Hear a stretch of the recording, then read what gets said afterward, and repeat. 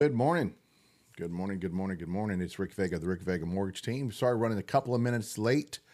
Was just reviewing the jobs report just came out, and I was just reviewing the information on the jobs report, and considering how it might have an effect on rates today. I'm not sure it's going to. The U.S. added 119,000 jobs in September, which is always better than losing jobs, right? But it says that job creation levels remained relatively subdued and added signs of a weakening labor market, which would lead me to more so that the Fed would cut rates, more inclined to cut rates at their December meeting. So that may have a positive effect on mortgage rates and seeing what's going to happen there in the coming month. So we'll have to see. It was delayed. This jobs report, of course, was delayed because we did not have an open government for the last, month and a half before it got reopened last week or earlier this week, whenever it was. But the job gains in the prior 2 months were both revised in the September report, with job creation in July revised down to 7,000 from a gain of 79,000 to 72,000, while August job creation for August was revised down from 26,000 to 22,000 to a loss of 4. So taken together, employment in July and August combined was 33,000 lower than previously reported. So we're just going to have to wait and see how that is going to affect everything. And I think that will lead us to maybe a potential rate cut here in December. More economic data will be coming down the pike, so we'll have to wait and see. But that's where we are with the jobs report. Not any earth-crushing numbers. Nothing that's going to make a big change in the market. When I'm looking at mortgage rates right now, it says mortgage-backed security prices have moved down slightly today. This will likely result in a minimal impact on mortgage rates. So we probably won't see much of a change in mortgage rates today, which doesn't surprise me. That's kind of what I was anticipating. Right now on the nationwide average, we're still sitting at about 6 point, just a skosh. I like that word skosh, but just under 6.2%. 6.1975% is where we are on the nationwide average. So I like basically 6.2%, just where we were yesterday. No change there. So, and again, like I always say, the nationwide rate is a combination of different lenders, different borrowers, and different loan products, right? So I'm using the average between the jumbo rate, the VA rate, the FHA rate, and the conventional rate. And that's where I come up with my nationwide average. So 6.2% is where we're sitting. The jobs report came out with a fairly weak jobs numbers. Still added jobs to the economy, but not enough to determine that the labor market is still weakening. So we'll have to see what goes on from there. Again, if I didn't say it, my name is Rick Vega of the Rick Vega Mortgage Team. I'm a mortgage broker right here in sunny Southwest Florida. I am in Sarasota. In case any of you guys know, Sarasota is on the West Coast, on the Gulf Coast of Florida, about 40 miles south of Tampa. G. Noltz, hey there, Service Plus is on. Thank you, Noltz. I appreciate that. It's always good to see that the Service Plus button is sitting in there. What that means is that if you are going to want to connect with me, you have some questions for me, you want to have a discussion with me, you want to talk about refinancing or buying a home or all the above, you hit that Service Plus button, and that will allow you to give me your contact information, and then I can reach out to you, and we can chat, right? We can chat. So I'm a mortgage broker. What's the difference between a mortgage broker and a mortgage banker? Well, a mortgage broker can get things done, right? I represent over 150 different mortgage lenders, residential mortgage lenders, and then another 300 or so commercial and hard money and private money lenders, right? So combined, well over 500 lenders that I work with and I have access to help you get your loans done regardless of what you're trying to do, right? I'm working with a client right now that is trying to build a home here in Florida, build it himself, right, for his family, and wanted to get the financing for it. That's a tough row to hoe when you're a self-contractor and you're building a property for yourself. But, with so many lenders, I will probably be able to help him get that done, right? So I like being a broker. It gives me a lot more flexibility to help my clients and help get them the best rates possible and the best terms possible and the best loans possible for their situation. So what I do every day on this show, and Xenia Brands, thanks for liking the show. I appreciate it and coming on.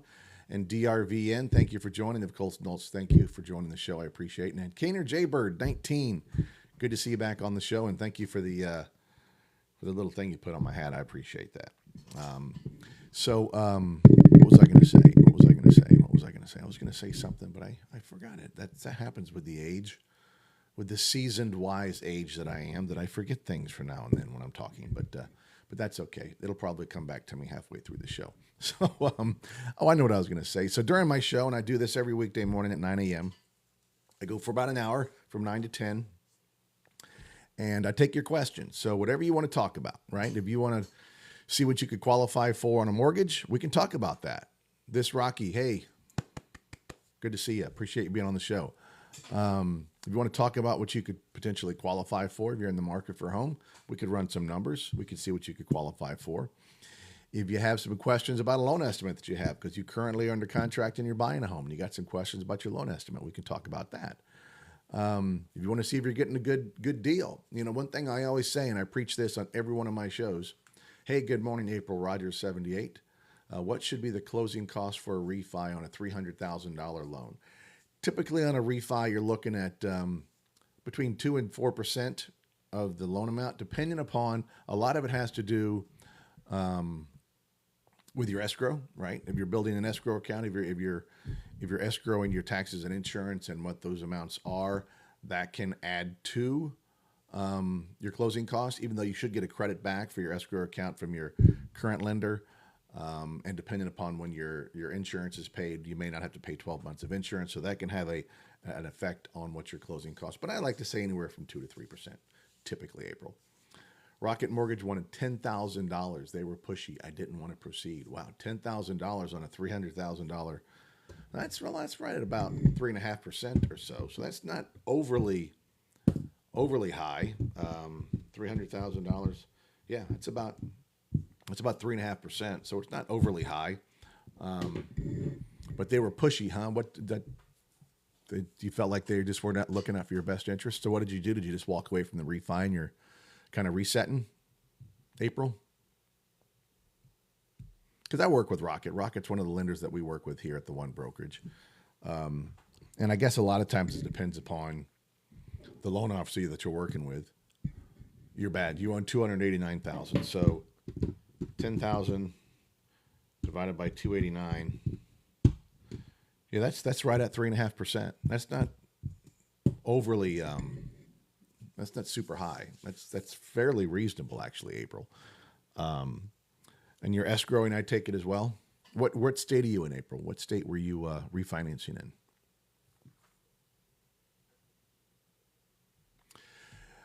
And Rocky J, whatever your question is about discretion loans process, do I handle discretion loans process? I'm not sure I understand your question. You're in Alabama, April. So,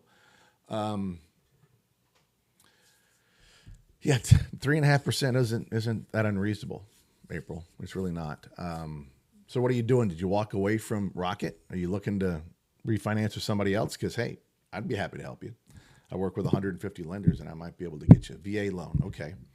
VA loan, that might be, so you're doing a VA IRRRL then, interest rate reduction loan. That might be a little high for a VA IRRRL then, come to think of it. Was it even approved? Because you have to have a recoupment, of 36 months or less to, let's just streamline as the VA IRRRL, yes. So that could be a little high. Was it even approved? Did you meet the recoupment requirements of 36 months or less?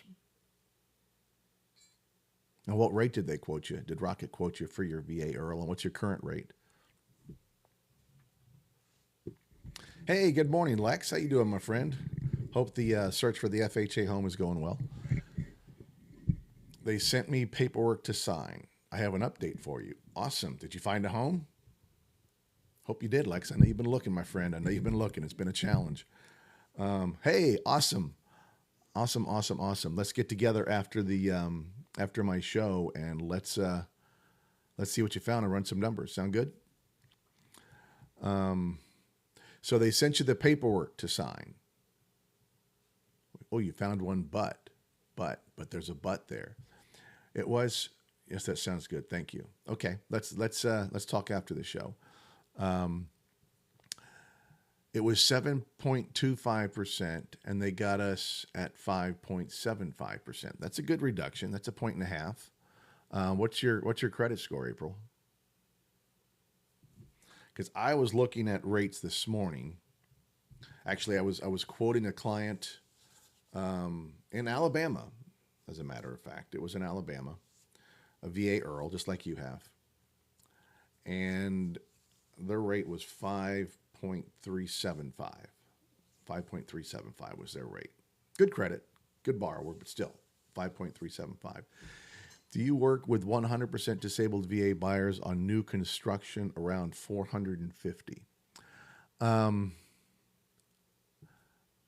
it is a challenge to get a construction loan in the VA with a VA loan. Um, that's I haven't found a lender that does, and I'll have to do some research on that, Rocky. This is Rocky J. Yeah, credit is not as important in the VA loan. It's not. There's many other factors they look at, but it does play a part. But I could probably get you a better rate than 5.75% when I'm trying to make as being a broker. Because again, I quoted somebody yesterday 5.375. But Rocky, VA construction loans are tough to find. Tough to find. I don't even know if you can get a VA construction loan. I was doing some research for somebody on that not too long ago. Angel, do you need a generator license contract to fix and flip a house? A general, oh, okay, I think you're asking a GC license, a general contractor license to fix and flip a house in North Carolina. Awesome, April. Please, yeah, give me a follow or hit that Service Plus button and give me your contact information because I'd love to be able to save you some money. Okay, I'd love to be able to save you some money because that's the most important thing at the end of the day, right? Saving yourself money, and the difference between 5.375 and 5 point what were you at 5.75% or 5.875% is almost half a point, so that can add up to a lot of money over the years. So Angel, I can't speak to North Carolina what they require, but typically, if you're doing a basic fix and flip, depending upon the work that is being done to the property, if it's mainly cosmetic stuff, no. But if you have to go in and do, quite extensive repairs and updates on the property that are going to require professional assistance, some lenders may require you to have either a licensed general contractor working on the job, okay, or for the person doing the work, if you're doing the work yourself, that you have that license, but not always required for every job. Okay, does that make sense? So you mean finding a builder who does VA, not getting me approved, right? No. You're talking about a construction loan, right? Getting the financing for a construction property. The VA doesn't have construction loans. Okay, I'm almost let me double check, but I'm almost positive about that.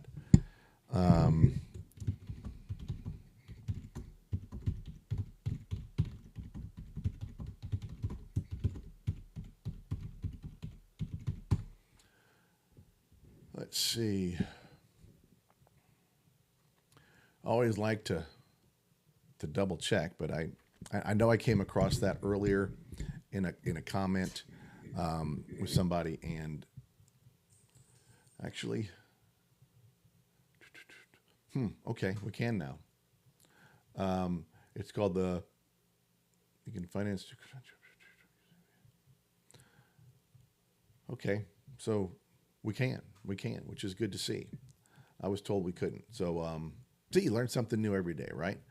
So, you don't have to necessarily, you would have to find a builder, of course, to do it, right? And And then, of course, once you found the builder and you got the plans and the permits in place and all of that, then you could move forward with a construction loan. Okay? Does that make sense? Is that answering your question?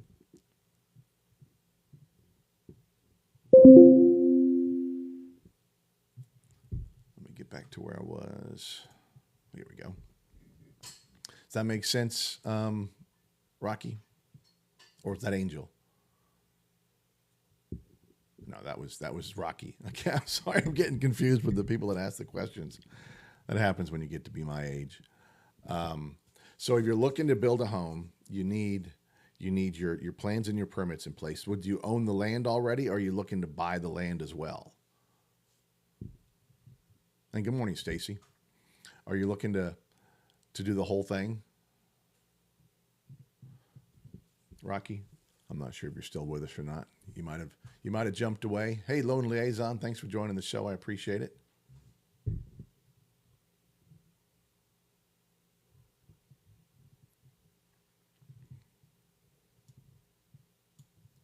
Emmanuel, thank you for joining the show. I appreciate it. My name is Rick Vega. I am a mortgage broker here in sunny Southwest Florida. I'm with a broker called The One Brokerage. We are licensed, in case you guys didn't know, we are licensed in 48 states around the country. That means pretty much anywhere around the country we can help you. The only 2 states we're actually not licensed in right now is New York and Hawaii. But we should be in those 2 states by the end of the year, which is a good thing. We expect to be in New York and Hawaii by the end of the year. So, that means wherever you are, we could probably help you. So if you have any questions, don't hesitate to drop them here in the comments. That's what I do during this show every weekday morning at 9 a.m. from about 9 to 10 a.m. I'll take your questions. I'll discuss whatever you want to discuss when it comes to buying a home, when it comes to refinancing a home. Right now, mortgage interest rates on the nationwide average are sitting at about 6.2%. It's a nationwide. Again, that's a combination of basically VA, jumbo, FHA, and conventional loans. And all different kinds of lenders, all different kinds of borrowers, all different kinds of loan products, right? How can I get my PMI reimbursed back to me if I switch to conventional or pay off the loan? That's a good question. I'm not quite sure how you get, if you pay off your loan, right?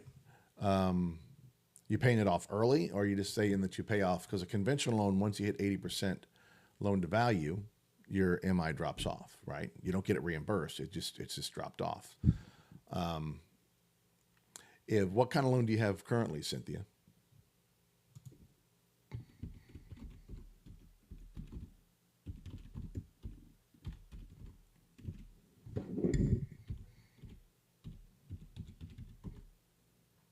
An FHA.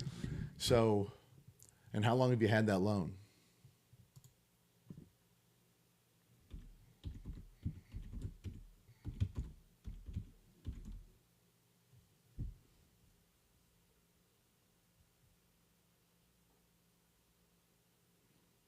So you're talking about the upfront mortgage insurance premium. I suspect not the one that you pay on a monthly basis, but the upfront, the roughly 1.75% that you'll pay in an upfront mortgage premium when you do a refi, or when you do an FHA loan. You can, if you refinance the loan or you convert it, you refinance it to a conventional loan, you can get a portion of that.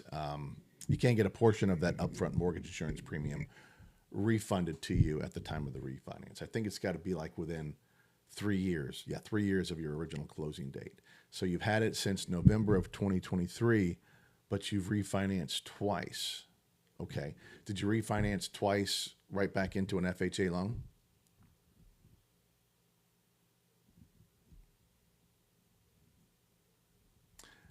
Yes. Okay. And so you currently have an FHA loan still, and you're looking to refinance it again, and you want to refinance FHA, you want to refinance to conventional. The Streamline, I believe. So you believe it was the FHA Streamline loan. Okay. Because you've always going to have to pay that, right? But you can get reimbursed for the previous one, and then you have your new one added. So it's not a full charge. Is that what you're looking to do again, Cynthia? And Bradley, I'll get right with you. Oh, okay. So you already closed this week and you refinance. So you should be getting a credit. Do they credit it on your closing statement, or do they say you're going to receive a reimbursement for it in the mail?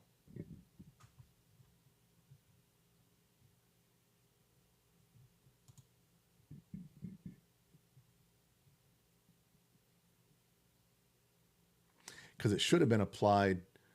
Yeah, they should have been applied to your new upfront mortgage insurance premium, right? So if your new premium was going to be $4,000 and you were getting a credit of $3,000 from your previous one, then you'd only have a charge of a total of $1,000 on your new HUD statement. So that's probably what happened. That's probably what happened, Cynthia. And congratulations. Hope you got a good rate on your FHA loan. Did you? What rate did you get? And Bradley Hanson, Rick, can I pick your brain on land contracts? I've acquired a commercial warehouse. Absolutely, pick away. Okay, yes, you got a 6.1% interest rate. Okay. Um, you mind me asking what your credit score was on that?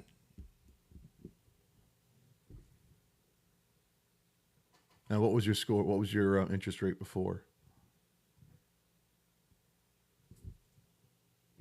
720, and you got a 6.1% interest rate on your FHA loan. Who'd you refinance with? Was it a broker or was it just was it a bank? Oh, your interest rate was 7.25%, and you went with UWM. Wow, I mean that rate seems high for UWM. That's the only point I'm making. And you have a 720 score, and you went from 725 down to 6.1. Because yesterday my FHA rates were like 5.25. That's why I'm looking at that, going, wow, that seems kind of high for a FHA refinance. You should have been especially with a 720 score. You should have been in the low fives. So yeah, yeah.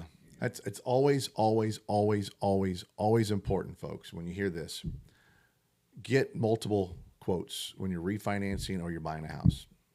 And let me be one of the quotes, because I'll tell you, being a broker and representing so many, and Cynthia, I mean, you went from 7.25 down to 6.1. I mean, you still got a great savings. Don't get me wrong. You're saving a lot of money, but you could have saved more, is the point I'm trying to make. And if you do that and you get a quote, then you find out, like, wow, you're thinking 6.1 is a great rate, but when you actually start comparing it, you might have been able to get 5.25. So, and that's another almost a whole other point lower. Yes, I'm licensed in Florida, Cynthia. In fact, I'm right here in Florida. I'm in Sarasota, is where I'm located. So, yeah, yeah. Always get at least two quotes, at least two, right? So you have something to compare, and always let me be one of the quotes. That's all I ask. You can get 10 quotes, but let me be one of them, because I try to be very competitive. I don't try to. I do a lot of loans, right? So I help a lot of people. So by doing a lot of loans, I can help. I don't have to sit there and charge a lot to make a living. I can charge just a little and help save my clients a lot of money. So I help more people that way. So that's kind of the way I do it. You're in the Orlando area, okay? Yeah, please keep me in mind next time. By all means, keep me in mind next time, because I can really, I think, save you a lot of money. Okay. So let's see, Bradley Johnson or Bradley Hanson, you picked up a commercial warehouse. Yeah, you're always learning, right? It's always good to learn. That's why I do my show, right? I think knowledge is power, and the more you know, the more you can save, right? You know the right questions to ask, the right things to look at when you're reviewing your HUD statement or your loan estimate. And so, the two things you always want to check is in Section A. You want to make sure, are they charging you any discount points? What's your origination? Typically, I don't charge any points when I quote a rate. In fact, most of the time when I'm quoting a rate, you get a little bit of a credit. Now, I do charge a broker fee. That's how I make a living, right? So my fee is usually 1 to 1.5%, right? But then you typically get a credit back on your rate, so that helps offset part of that cost. So at the end of the day, it's you're getting a great rate at really a great price, and hopefully saving yourself a lot of money, right? So it's always good. It's always good to compare and make sure that you're getting the best possible deal for yourself and your family and your home, right? That's the main thing. And so if you come to this show on a daily basis, I mean, if you're looking to buy a house or you're looking to refinance, jump on my show every day because I talk about interest rates. I was just talking with a client yesterday who follows my show and follows my mortgage market updates that I post every afternoon just to see where rates are. When they hit a certain level, she's going to refinance, and hopefully she'll use me as well. You're welcome, Cynthia. You're very welcome. Mazel Rosansky, 596, and my husband is a veteran. Awesome. Well, thank you for your husband's service to our country. I greatly appreciate that. Are you looking to buy a home, or are you looking to refinance your current VA loan, Mazel? Because I'm happy to help you with either one or answer any questions you might have. Okay. Have you and your husband been pre-approved yet? Have you gone and spoken to a loan officer to find out what you can qualify for? Because that's always the very first step. You want to do that before you even start talking with a realtor, because you need to know how much you can spend. You need to know what your price range is for a home that you're going to be looking for, right? Make sense? So, and here at the Rick Vega Mortgage Team, we do things a little different, right? Perfect. Well, you know what? You're at the right place, Mazel, because now you know where to start. You need to start by speaking with a loan officer to find out how much you can afford. And so one of the things that we do here that's really unique is we truly get you pre-approved, right? So the difference between being pre-qualified and being pre-approved is simple, right? So being pre-qualified means you submitted an application, right? Mazel, I send you my application link. You go in, you complete the application, and then I get the information back and I run it through our auto underwriting system, and it tells us that you could afford X home, right? But that's just on the information that you put in the application. We haven't verified that information at all, right?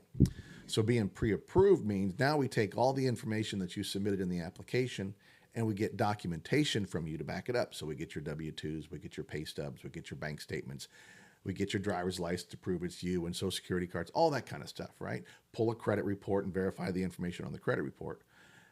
And we underwrite it. We actually submit it to an underwriter. It's unheard of for a broker to do this because we then take your loan and submit it to a lender, right?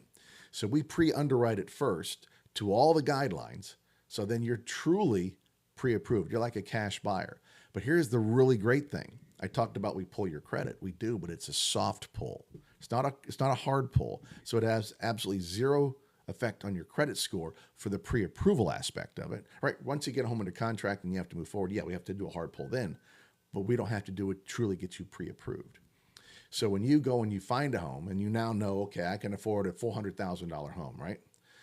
You submit that pre-approval letter to the seller and it shows that you're truly pre-approved, that you have been underwritten by an underwriter and you're like a cash buyer.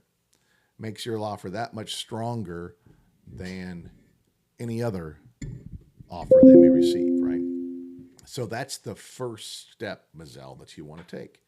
Speak with a loan officer, find out what you can qualify for, get pre-approved, not pre-qualified, but get truly pre-approved, and the process takes 24 to 48 hours. Doesn't take long, okay? And then you're off to the races. You're out looking for the homes, and when you find one, you buy one, right?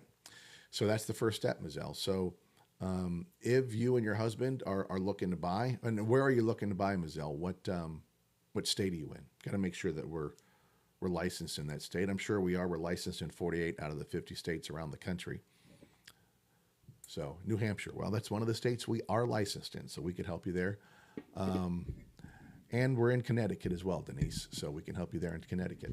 So Mazel, that would be the first thing I would do. I would love to be able to set up a loan consultation with you and your husband if you'd like to. You can go into my profile, and in my bio, I have a Linktree link, and if you click that Linktree link, the second from the top is my calendar. You can click that, and you go in and schedule a 30-minute loan consultation with me. No obligation. It's free, and we can do everything right there on the phone. Answer any questions you might have. That makes sense? So I'd love to be able to help you do that if that's the step you want to take next, because that's really the first step you need to take in the process to find out how much you can qualify for. Okay, great. I will. Do you help with VA? Oh, absolutely. Yeah, absolutely. I've got I've got 100 lenders, 150 lenders that'll work that have VA loan programs. So yeah, absolutely. I love working with vets. Love working with vets. Do a lot of them. Do a lot of them. Okay, so please do that. Schedule that call with me and let me help you and your husband. I truly, truly love helping our veterans. It's very, very important to me. So Denise, you have the credit, but my husband has the job. Okay, your husband is self-employed or you're self-employed? Thank you, Mizelle. Do you do loans for investment properties? Do you work with investors? Oh, absolutely, Cynthia. All day long, twice on Sunday. Got a great loan for investors called the DSCR loan. Great loan. Where the home qualifies, you don't. So we don't look at your income. We look at the house's income. You don't have to provide any pay stubs or tax returns or W-2s or anything like that. It's strictly based on what the property does. So we could talk about that, Cynthia, all day long if you'd like to. So I want to make sure. So your husband is self-employed, but you have the credit. Okay. What's your husband's credit score? You're welcome, Cynthia. Please give me a follow or, hit that Service Plus button in the lower left-hand corner of this live stream, and that gives me your contact information. I can reach out to you. Or like Mazelle's going to do, you can go into my profile and schedule a call with me. Go into my calendar and schedule a call. All you got to do is hit that Linktree link and then hit the calendar link and we can talk. He consolidated his credit cards. Okay, so he consolidated all of his debt onto one loan. I suspect what you're saying. So what's his credit score? And he's self-employed? How long has he been self-employed? Because to qualify for a loan, a mortgage, and you're self-employed, you have to have been self-employed for at least two years. 2 years. Okay? 18 years. Well, that's great. And does he claim all the income? I know he claims it, but does he deduct so much that the income is greatly reduced for tax purposes, which is totally cool. That's what I do as well. Because if he does and doesn't show the income on his tax returns, then we can do something called a bank statement loan for self-employed individuals, where we look at the last 12 months of bank statements, look at the average deposits on those, and use an expense ratio and come up with your income from the bank statements. Really, really simple, easy loan to do. But we have to see what the credit score looks like, right? So what kind of credit score are we looking at, Denise, for your husband? Since he's the one that has the job, he's going to need to be the one that's on the credit on the loan. His score is low. Below 600? Low? Because low is relative, right? Low is relative. Okay. You're going to need to be at least a 620 for a bank statement loan, ideally higher than that. So I do have some great people that I work with that help my clients that need to get their scores up. And can do it relatively quickly and inexpensively. So if you were interested in me being able to help you with that, I could provide that information to you, and you could work with this company to get your husband's score up. And then once the score is up, we can get that bank statement loan going and help you guys get into a new home. Okay? Just let me know. Let me know. Happy to help. Because really, until that score is up, because if it wasn't self-employed, so you're looking at a duplex where you'd live in one side and rent out the other. It's a great strategy, and we can do it. We just need to get that score up. Okay. Give me a follow or shoot me your contact information by hitting that Service Plus button or schedule a call with me. But I'd like to be able to hook you up with my credit folks and get you guys get his score up sooner rather than later, so you can get into a house. Because that's the only thing, it sounds like, the only thing that's is keeping you from buying a house right now is the credit score. Okay? But happy to help you. Hi, Mizelle. So what does the credit need to be at? Well, for your VA loan, credit score is not nearly as important as it is in other loans, like an FHA loan, for example. Well, I bet you are tired of paying $4,000 a month in rent. I'm sure your landlord's not tired of that because he or she is probably making some good money. But yeah, we got to get you out of that rent. By all means, got to get you out of that rent. So Mazel, for you and your husband in the VA, as long as you're 580 or above, you'll be good. You'll be good. But it's more based on residual income and other factors on the VA, and the rates are really, really, really good. I mean, you get a great rate. You know about what your husband's credit score is, Mazel? You and your husband's. And we can talk about that when we have our call, and get you guys, pre-approved to go out and start looking for a house. 570. Okay. All right. Might need to work on that to get it up a little bit as well. Okay. It's not as important, but it can play a factor. It can play a factor. Okay. So he's at 570, you're around 580, 590. Okay. All right. Let's book that call. Let's have that discussion, and we can run numbers. We can run numbers and see. And Denise, you're good. You're good, but it's your husband, the one that has the low score that we need to get up. Definitely get up. Okay. And Mazel, when are you and your husband looking to buy? How quickly are you looking to do it? Well, my wife always blames me, so why not? We gotta take the blame for something, right? Hey, Batman, thanks for joining the show. I want to buy a home. I live in Texas, so you live in Texas. Okay, you want to buy a home? That's great. I can help you buy a home. Dixon Dyke 227. Where would you have you gotten pre-approved or pre-qualified? Have you started to look for it? By like summer would like or sooner. Okay. Well, the good thing about a VA loan is you don't have to have any money down, right? It's a zero down loan. You do have closing costs, but you can get the seller to pay your closing costs, right? In many markets, sellers are being very, very aggressive in their negotiations. So instead of asking for a reduction in the sales price, ask for a seller credit to cover your closing cost, and then you can get in the home with little or no money out of your pocket, right? So that's a great tactic for a VA borrower. Emily Olson 2, is a 7.75% rate normal for an FHA right now? No, it is not. That is extremely high for an FHA loan. You were quoted that rate and it made the payment way too high. Well, of course it did.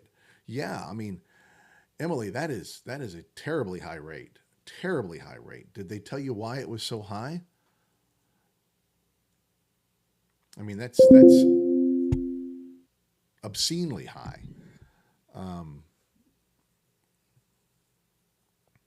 Yes, Denise, Fannie Mae, as of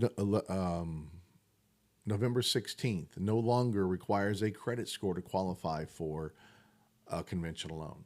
Now, they have other qualifying criteria, right? So typically, if you have a low credit score, then there's issues on your credit that may impact your ability to qualify for a conventional loan. However, they are no longer requiring a credit score to qualify for a conventional loan. So we're going to have to see how that plays out and it affects qualifying. But you're absolutely right. You no longer need one. Emily Olson, I would like to chat with you more about this rate that you got quoted of 7.75%. The reason they gave me was that my husband's credit is like in the low 600s. You know what we're going to do? We're going to do something right now. I'm going to look at my pricing engine, okay? My pricing engine is where I go and I quote rates, right? If somebody is looking to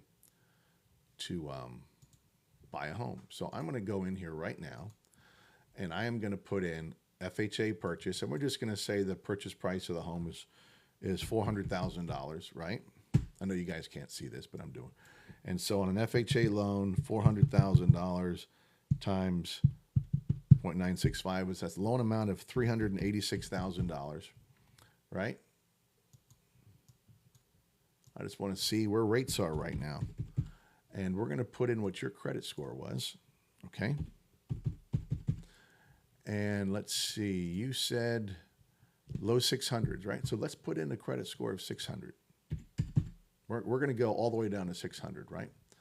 And we're going to say it was in, I'll just put my zip code here in Sarasota, 34231. And what would the rate be? Did I change it to FHA? Let's see. Hold on one second. Did I go yeah, FHA. So right now, quoting rates, it would be 5.375%. Okay? Not 7.75. So, just based on the credit score, that's what we're looking at. So, Emily, your payment and on a $400,000, I don't know how big your mortgage was. I think it sounds like you need to work with another lender too. No doubt, whether it's me or somebody else. But yeah, don't work with that lender. They're definitely taking advantage, unless there was something else. But I look at, and I work with 156 different lenders, and I go down, and I can't. Even if I go, let me change one thing.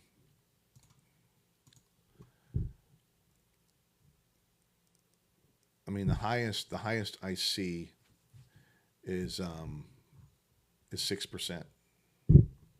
6%. So you could definitely get a lower rate. So, Emily, if you're looking to buy a home, hit that Service Plus button and let's talk, because I can get you a much lower rate than 7.75%. Okay. So please hit that Service Plus button or go into my profile and hit that calendar link and schedule a call with me and let's talk. Let's get you guys pre-approved with me and at a much lower rate, because at a much lower rate, guess what you can do? You can afford more house, right? You can afford more house with a lower rate. So I'd love to be able to help you guys. What state are you in, real quick? I got to make sure we're licensed in that state to be able to help you. And let me, I got another question from Becky Sam. I was in a traumatic road accident months before closing. They won't let my hubby take over rent, $2,800. So I'm not sure. So you were in an accident, and I'm glad you're better. At least I hope you're better. And they won't let your husband take over rent. I'm not sure I understand the question. Cynthia, KB Homes has offered me 2% off based price, $7,500 flex financing cash towards the new home. Is this a good deal? Well, it depends upon what your rate is and what the additional costs are.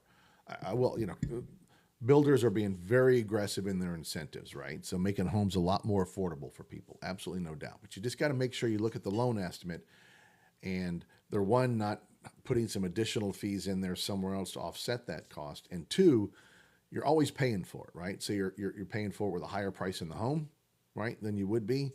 The money is never free. I will tell you that. Money is never free. So you're paying for it somewhere, but just make sure you're looking over the loan estimate. And if it all works for you, then by all means, take it and go with it. But it's hard to say without looking at it. Emily, you're in Missouri. Hey, what part of Missouri? Near Kansas City. I lived there for 20 years. Love the Show Me State, though I lived on the Kansas side. But yeah, we'd love to be able to help you there. We're just finalizing everything in Missouri. It's what they call a brick and mortar state, so you have to have an office in that state, and we're setting up that office now. It should be done any day now, so we can help you. We'd love to be able to help you. So let's get you guys pre-approved at a much lower rate and go out and find that home for you guys. Oh, you're in Springfield. I love Springfield. Been there many times. Let's see, Becky Sam. My hubby credit score is 580 going up, but he's paying rent comfortably at $2,800. Mortgage is $2,400. Okay. Well, at a 580, you can still qualify for an FHA loan, Becky. Just so you know, with a 580, you can still qualify for a loan, right? 580 is the bottom. Once you drop below 580 on an FHA loan, you got to put 10% down. But at 580 and above, it's 3.5% down. So, if you're looking to buy a home, I'm not sure the exact situation of what you're going through with respect to your injury and your husband taking everything over, but let's book a call. Go into my profile and book a call with me, and let's talk through it and let me make sure I understand everything and get you set up, get you guys qualified to go buy a home. Tom Bout, is right now a good time to buy a home, or is the market going to keep crashing? FYI, I'm in Texas. First of all, the market's not crashing. The market is not crashing. The market is correcting itself. The market went really high during the pandemic. My home, for example, just 5 years ago was like $400,000. During the pandemic, it went up to $750,000, right? It was nuts here in Florida. And now it's dropped back down to around 625, which is more in lines about where it should be based on average market appreciation. So I don't think the market is crashing. It's just correcting itself because it got way overpriced during the pandemic, right? And we're not in any similar situation as we were back in 2008. I wasn't involved in the industry then, but back in 2008 when there were so many bad loans being done. If you fogged a mirror, you got a loan, right? No income, no stated nothing. You could just buy a home, right? And then those loans were packaged and sold, and it was a mess, right? All that's been fixed. You can't do that anymore. So we're not in that type of situation at all. Prices have come down. Do I think they're going to come down some more? They could, but I think, here in my market, we've seen a good stabilization. And I think in Texas, we've seen that as well. So I think now, and this is what I always say, if you follow my show at all, you've probably heard me say this a lot. And yeah, in 2008, there was no equity. Now there's a ton of equity in the properties because people aren't selling, right? Because they have those low interest rates. Great point, Nolts. So I always say, if you are in the market for a home and you find a home that meets your needs, right number of bedrooms, right number of bathrooms, good square footage, has a fenced-in backyard for the kids or the dogs or what have you, meets your needs, you like the house, and more importantly, you can afford it, right? So based on current interest rates, let's say 5.5%, you can afford the house. It's not going to stretch your budget. You're comfortable with it. Buy the house. Buy it. Because historically, and even as of now, homes are appreciating at about 2 to 3% per year. Historically, it was 3 to 5% a year, but it's come down a little bit, right? But they're still appreciating. So if you buy a home now and rates drop further, you can always refinance, right? But I don't think you're going to see the home dip a lot in value. And if it does, it'll come back up, right? It'll come back up. But it's not going to, I don't believe, drop much further of it all, because they have been, as I just said, appreciating about 1 to 3% over the last couple of years now across the country, right? Different markets are different, but in Texas and Florida, I think we're both good there. So long story short, I think now, if the home makes sense to you and it fits your budget, you can buy it. Yes, Hayek 19, we are licensed in North Carolina. Correcting, let's see. Sorry, I'm not sure what you're saying now, Tom, but do you see the numbers going to keep dropping in 2026? No, as I just explained, I think we're going to see modest increases in home prices going forward, right? Now, do I have a crystal ball and I can be exact about every single market in the country? Of course not. But on average, from what I've read, homes have been appreciating, like I said, from 1 to 3% a year. Can you get an asset depletion loan for 15 years? Yes, you can. Yeah, you can do an asset depletion loan for 15, 20, 30 years. Yeah. Mm-hmm. But what the asset depletion does is when we look at income, is there a reasonable expectation that income is going to continue for the next 3 years, right? So on an asset depletion loan, we're looking at the next 3 years for that, using those assets for it. Cynthia, what are my honest thoughts on the 50-year mortgage talks? I love the idea that we're trying to come up with creative ways to make homes more affordable, because for a lot of people, homes are out of reach. The 50-year mortgage is not the answer. It's just not. Yes, it's going to lower your payment by $200 or $300 a month, which could make the home affordable for some people. But at the end of the day, you're spending a heck of a lot more money for that house, right?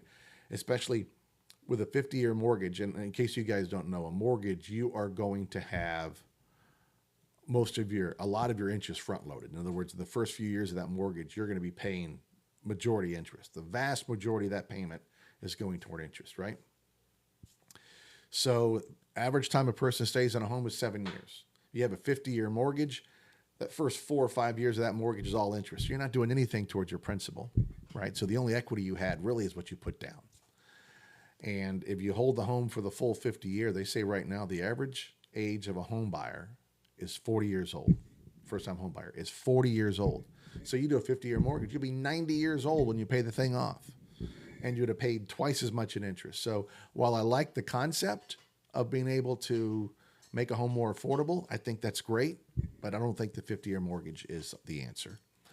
Yeah, and I see you were thinking the same thing. Zockman, and thank you for coming back on the show. I know you've been on the show before. USDA loan 6.25%. I owed 327K. Is it good time to refinance? 800 credit. There's been over 1.5 years. Absolutely, because I think we talked about this before, Zakaman, if I said that right. The last time I quoted a USDA loan, it was 5 1/8. 5 1/8. Last time I quoted it. So 6 1/4 to 5 1/8. I think that makes good sense. As I mentioned to you before, I think I reached out to you about this, Zakaman, about let's refinance that USDA loan. I'll say it again. If I could save you that much money, I think you should refinance your loan. So let's talk. Let's talk. Easy enough. You can go into my profile and schedule a call with me, or you can hit that Service Plus button and leave me your contact information, or just reply to the message that I sent you earlier, Zokaman. And would love to be able to help you, because that's a full 1.125 we could save you, potentially. Right? Cynthia, I feel like it's more money for the banks in the long run. It absolutely is more money for the banks in the long run. Absolutely. I mean, I think it was like on a $400,000 or $500,000 home on a 50-year mortgage, you're paying like $1 million for the house in interest, just $1 million, just in interest, not talking about principal. That's insane.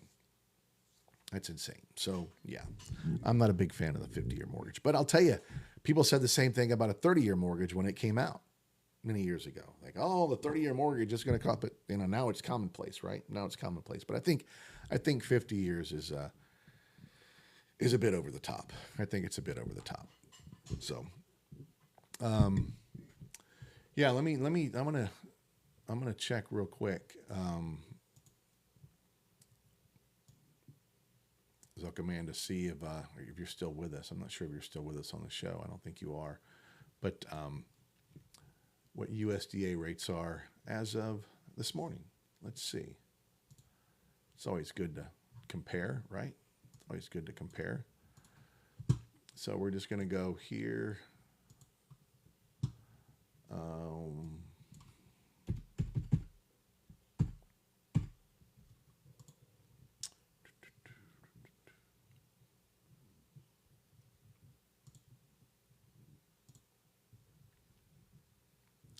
NBF Rolando.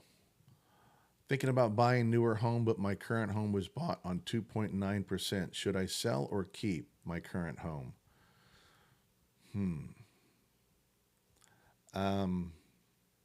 Any chance, Rolando, you could keep your current home and buy your new one? Because at 2.9%, if you kept your current home and turned it into an investment property, you could cash flow really well. The question would be, do you have enough property, enough value, enough money to put down payment on a new home while keeping the old one? Because at 2.9%, you would cash flow really well, really, really well. Just a thought. Trixon, I would love to refinance my house, but my credit is terrible. What can I do? I have double equity in my property. What is your credit, Trixon? What's it look like? What's your score? And what kind of loan do you currently have? And right now we're looking at just 610. Okay. What kind of loan do you have? Is it an FHA or is it conventional? And on the USDA loan, we're sitting at 5 1/4 today. 5 1/4, not 5 1/8 now. 5 1/4. Just for somebody if they were interested.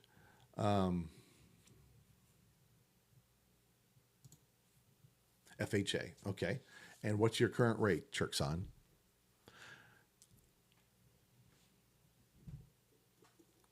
And what state are you in? So current rate and what state are you in?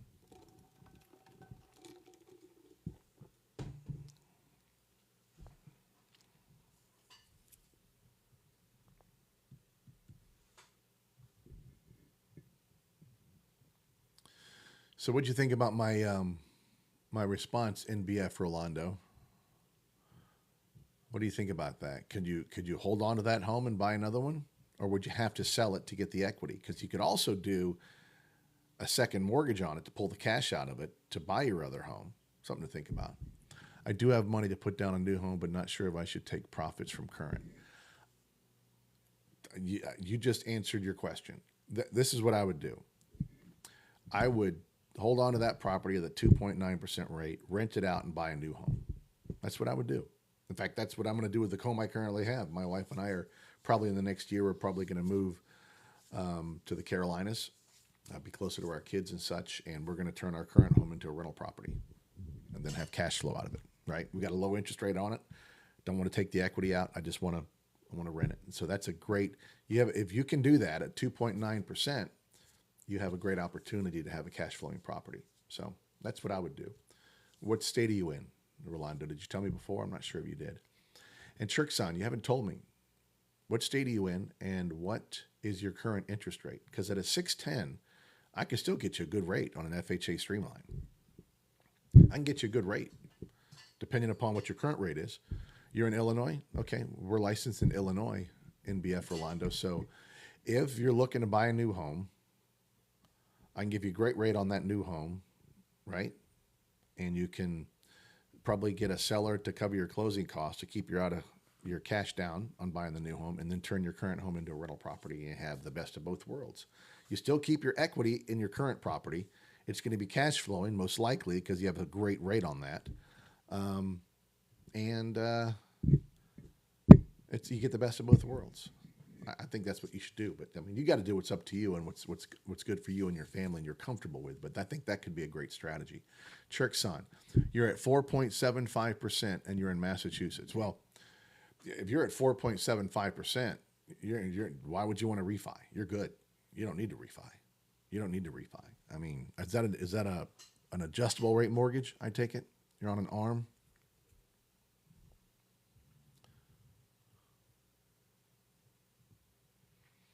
And Clements, 427. What rate can I get who? What rate could I get who? Don't know what rate I could get anybody. It's just, these are rates that when I put into my pricing engine, what I see and what we're getting as of today for, quote unquote X kind of borrower, right? But I'm not sure. Oh, the guy with a 610 in Illinois. Did we have a guy with a 610 in Illinois? The gentleman in Illinois. Oh, okay. I see. Well, let's see. On an FHA loan with a 610.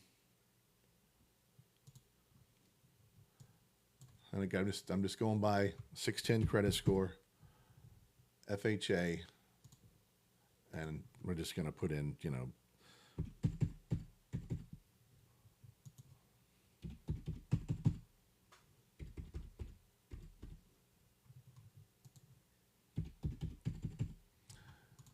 so we're just basic credit score is 610, and I'll use my zip code here.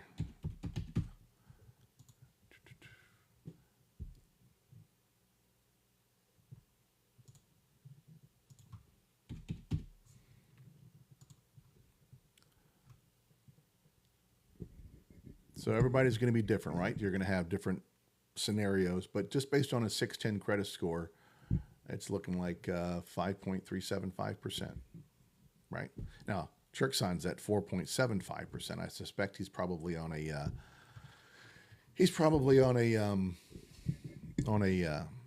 adjustable rate mortgage at that. But so it wouldn't make any sense for Chirkson to refinance right now. Wouldn't make any sense at all, because he would increase his rate, and depending upon when his rate adjusts up, I'm sure it is, unless he got his rate just during the pandemic, and he's great. No need to refinance. No need to refinance at all. Is there any real such thing as a free refi? No, not really. I mean, you're always going to have some title fees. You're going to have an origination fee of some sort. I mean, the lender's got to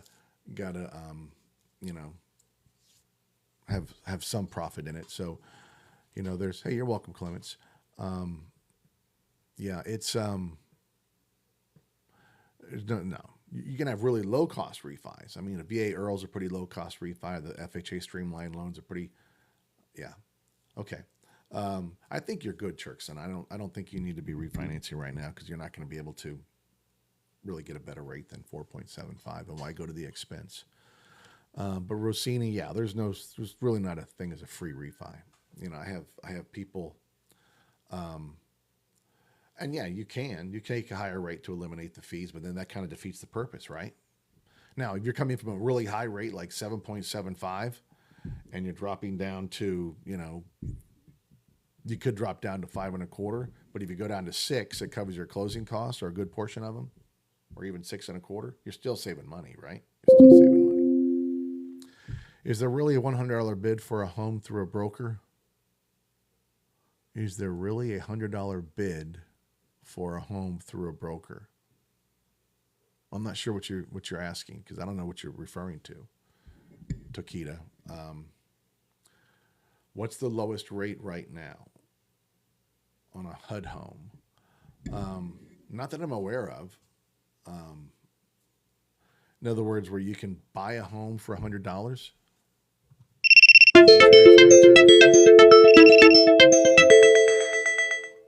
Huh? Is that what you're referring to? To buy the home through HUD? And what's the lowest rate right now? Currently you have 6% on a 30-year FHA fixed. So Rossini, I mean, every borrower is different, right? Because you got debt to income ratios, you've got credit scores, you've got all different things that go into it. But going into my pricing engine, I just put a 610 credit score in there on an FHA loan, and it came back at 5.375%. Okay. My score is 727. What will I need for a house costing $600,000 to $700,000? Okay. Well, we can back into this. So I don't know, Takita. I'm not familiar with a $100 bid for a home. I'm not familiar with that. Okay, but when I look at the equity a lot, I want to take some out. Thank you for your honesty. Well, if you want to take some equity out, that's a different question, right? If you're talking about doing an FHA cash out refi, that's a totally different question, all right? I thought you were talking about strictly a rate and term refi. If you want to pull the equity out, you could do a cash out refi on your equity. Your rate's going to go up. You're probably going to be looking at a rate on a cash out refi in the mid to upper fives. So maybe a point higher than what you have now. But you could do that, Cherkson. I'm sorry. I thought you were talking about just doing a complete rate and term refi. But if you want to pull cash out, we could look at that. Or you could do, yeah, that's what you'd have to do. Because on a second mortgage with a 610 or a HELOC, you wouldn't be able to qualify with a 610 credit score. But we could do a cash out refi with a 610. So if you want to delve into that, go into my profile, hit my calendar link on the link tree, and book a call with me, and we can talk about that because I could do that without a doubt. So Rolando, NBF Rolando, if you could tell me what your current gross income is, if you could tell me what your current income is, I could work up. I could kind of back into what you could afford. I use this really fancy calculator, and it helps me do that. So if you want, I would need basically your credit score, what your gross monthly income is, and where you're looking to buy. I think you said you were in Orlando. My memory serves me right. And Louis 5P, I have paid off a half acre looking to build a home on it. What are the requirements? Let me get with you real quick here, Luis. I'll give you in a moment. But really no more requirements than if you were trying to buy a home. It's just a different type of loan we put together. So you'd need to have pretty good credit score, at least 20% down on the property. And you'd have to have plans and permits in place and approved with a general contractor in order to build the property. Okay, in a nutshell. So let's see. So we'll say $17,500 a month is your income. right? So that gives you, oops, 17,500. Okay, you're in Illinois. Okay. So in credit, good credit, Rolando.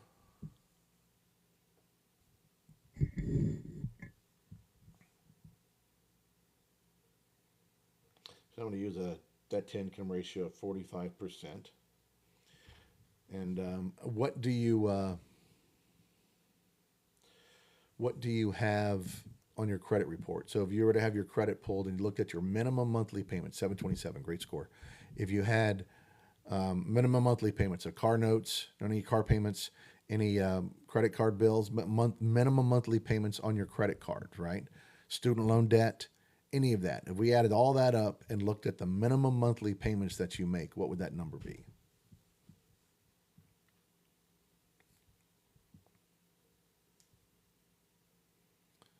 Okay, that's not the minimum monthly payment though, right?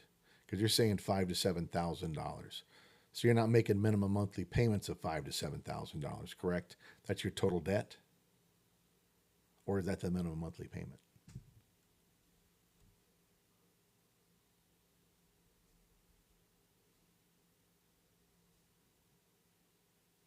Yes, total. Okay.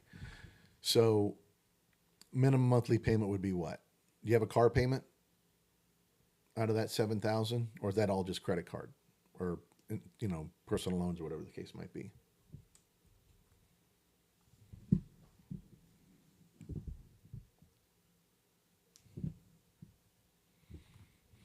And folks, I appreciate it. I see people liking the live. All you got to do is tap the screen to give me a like. The algorithms like that and helps me get the show out to more people. And the more people I can get the show out to, the more people I can help, right? And that's always I'm going to move myself over. There we go.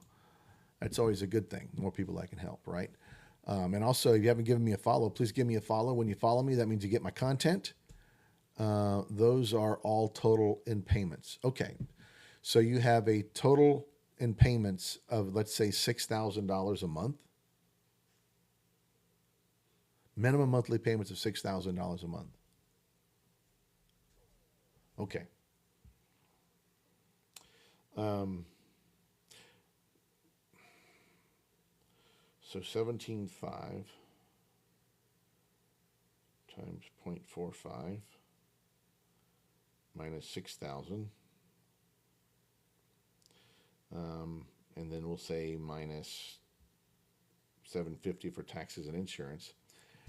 Well, based on that, if the information is accurate, your minimum monthly, the maximum home payment you could afford would be $1,125 a month.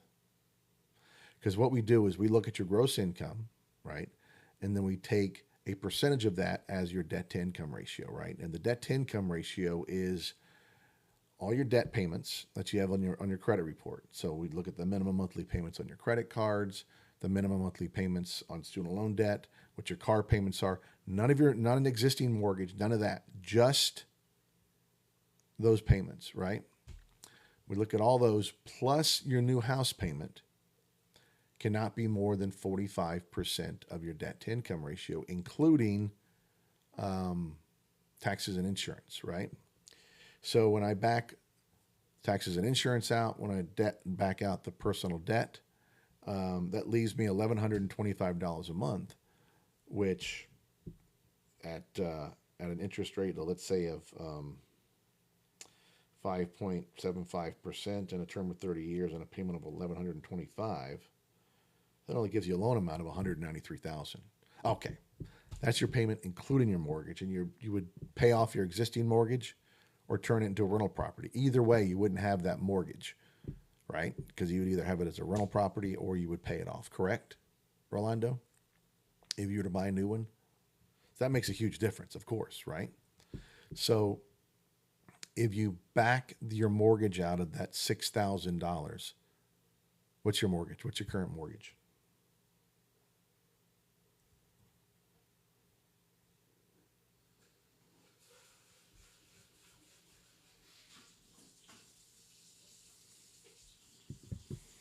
And I have a feeling it's gonna that's gonna change things quite a bit. So your mortgage is 2,300, right? So then that puts your monthly debt at about 3,700. Correct? That sound about right?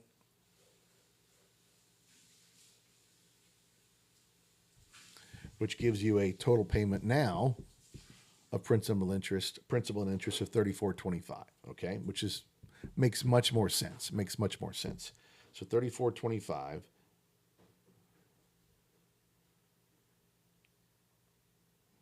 That's going to give you a total loan amount before, and how much can you put down? What percentage would you be able to put down, Rolando? You're looking to put 5%, 10%, 20%, going FHA 3.5%. What would you be able to put down?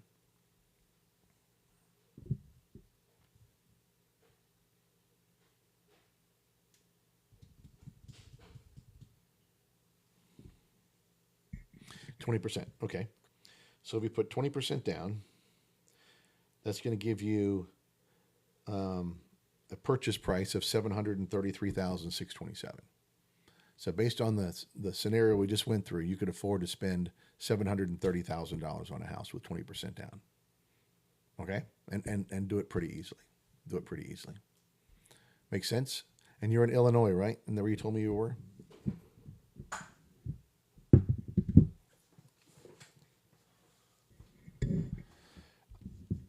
Okay, yeah. So, I mean, I'd love to be able to, if you're looking to buy sooner rather than later, or regardless, it doesn't matter. But I would love to be able to help you if you are in the market and looking for a possible lender. I'd love to be able to help you.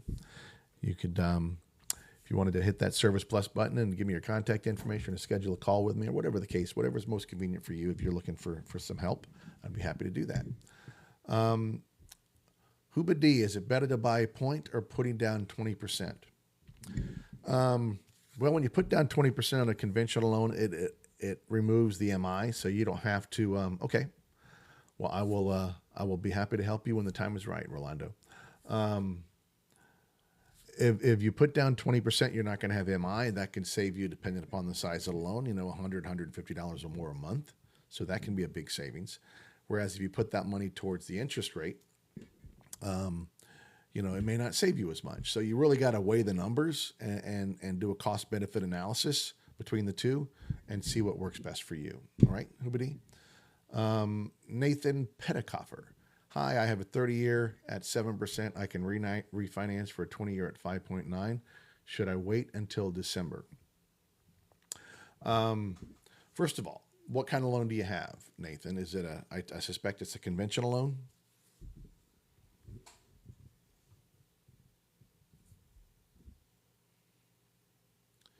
And you wish to wait until December because of the Fed meeting, correct? And to see if rates come down. So the last two Fed meetings, okay?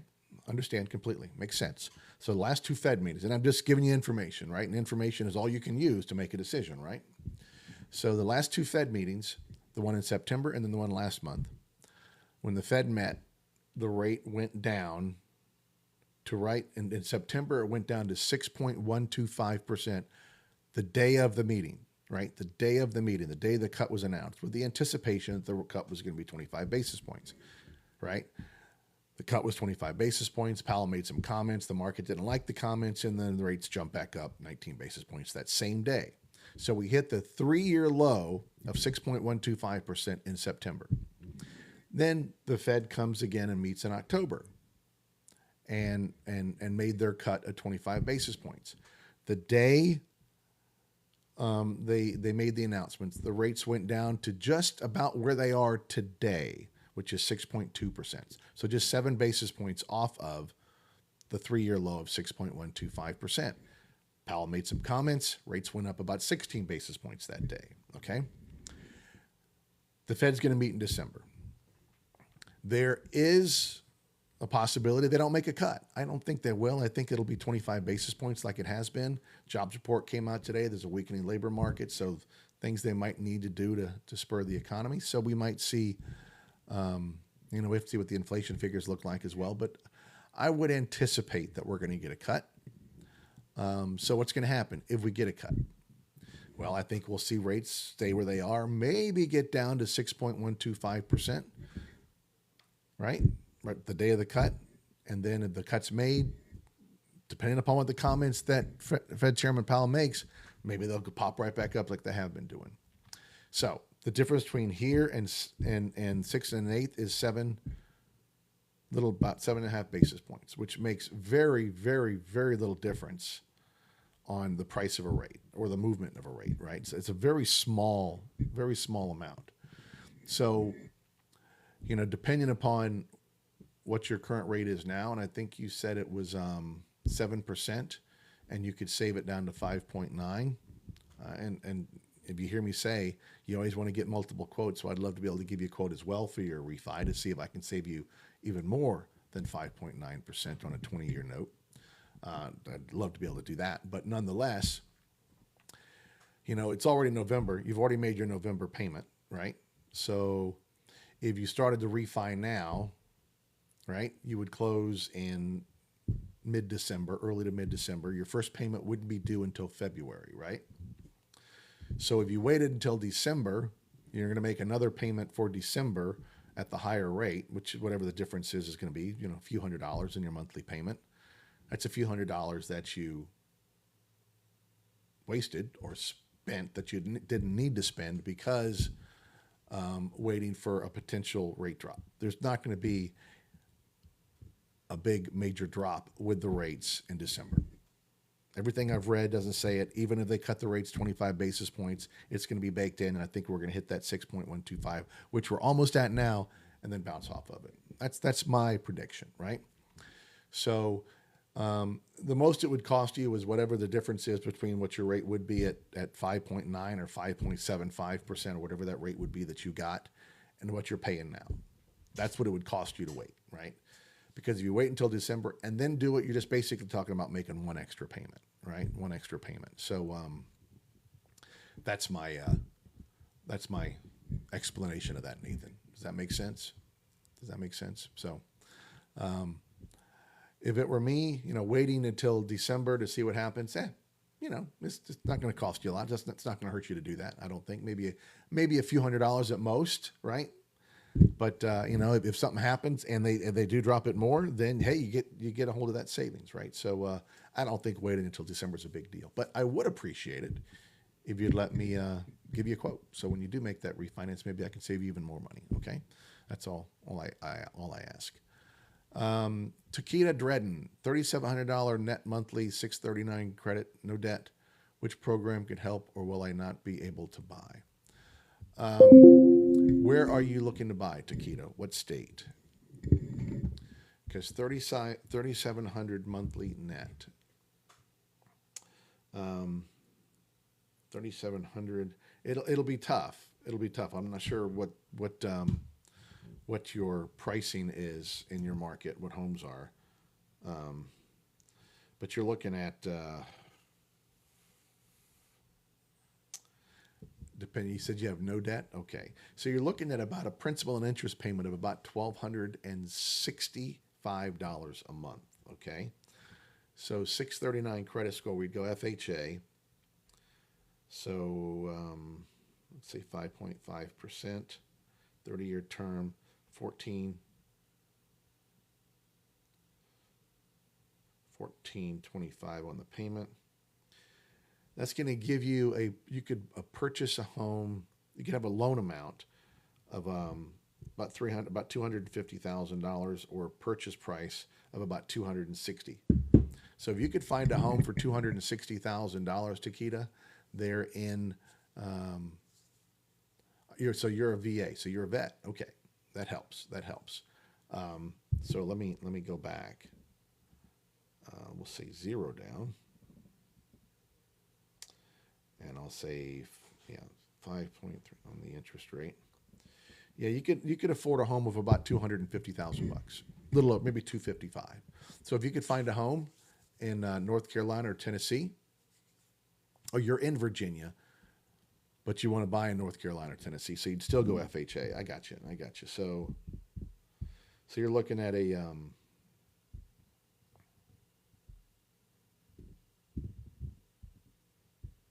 Yeah, you're looking at about a $263,000. Yeah, I got it. You're looking at about a $263,000, $264,000 home. Takeda is what you could afford, just kind of based on the information you gave me. Okay, make sense? Think you could find that in North Carolina or Tennessee? I bet you could, depending upon the market that you're in. Can I get a home if I make $15,000 a year? That's going to be tough, Eric. That's going to be real tough to buy a home for $15,000 a year. Homes are just a little bit too expensive, because $15,000 a year translates to about what, $1,200 a month, and your taxes and insurance alone are going to be $3 or $4. So that's not going to give you a whole lot left over, and also dependent upon your debt. So yeah, you probably need to get up to $30,000-$35,000 a year to be able to afford a home, any sort of a modest home. You might be able to buy a small condo or something like that with that kind of income, but $15,000 makes it tough, makes it real tough, Eric. You're welcome, Takeda. You're welcome very much. Any other questions? I do my show typically from 9 to 10 a.m. We see now it's almost 10:30. I love going late. That means people are asking questions and I'm helping people, and that's always a good thing. I do my show every morning at 9 o'clock Eastern time right here on TikTok. I go from 9 to 10, longer if needed, like we did today. So please, if you haven't followed me, please give me a follow. And that way you get my content. I do a mortgage market update every afternoon at about 4:30, where I talk about where interest rates are. We started the day off at 6.2%. We're going to have to see on the nationwide average again. We're going to have to see where rates end up. Right now, they're showing positive signs for rates to go down. So we'll have to see here at the end of the day if they go lower than the start of the day at 6.2%. I think they will. I think we might see a reduction by the end of the day. How big? I don't know. We'll just have to wait and see. Real quick, Jenny, we were approved for a house, but my husband unfortunately lost his job. Do we have to wait for another 2 years? It depends upon how quickly your husband can find a new job. If you only have a 1 or 2 month gap in employment, you can work through that. If you have a 6 month gap in employment, then you may have a not necessarily not the ability to qualify, but it'll have an effect on your income, right? Because then we start having to take an average of incomes, and that can reduce the income you have, which can reduce your ability to qualify. So doesn't mean you can't buy a house, but just have to hopefully see that your husband can get a new job here quickly, and I'll keep him in my prayers and hope that he does get a new job soon, because I know that can be tough. I know that can be real tough. All right, so when he does get employed again, I would love to be able to help you if I could. Give you a quote. Maybe I can get you a better rate than you were quoted on your previous lender, which means that you could afford more home, because the lower the rate, the more you can afford, right? So would love to be able to help with that, Jenny. If you want to give me a follow and keep an eye on my content and jump on my show now and then when the time is right, I'd love to be able to help, okay? All right, folks, any other questions? I think we'll call it a day. My phone is ringing, as it's been ringing. It's always ringing. That's a good thing. And if you schedule a call with me, and I see a few of you did schedule a call with me, I will by all means get on that call with you and look forward to that call. And if you would like to, if you left me your contact information, I will be reaching out to you shortly. Or if you gave me a follow and we discussed some stuff, I'll shoot you a direct message and see if I can help you any other way. All right. Go out, make it a great day. I will see you guys tomorrow morning right here on TikTok at 9 a.m. for the Rick Vega Mortgage Show. And be safe, and we will talk tomorrow. All right. See you later, folks. Bye-bye.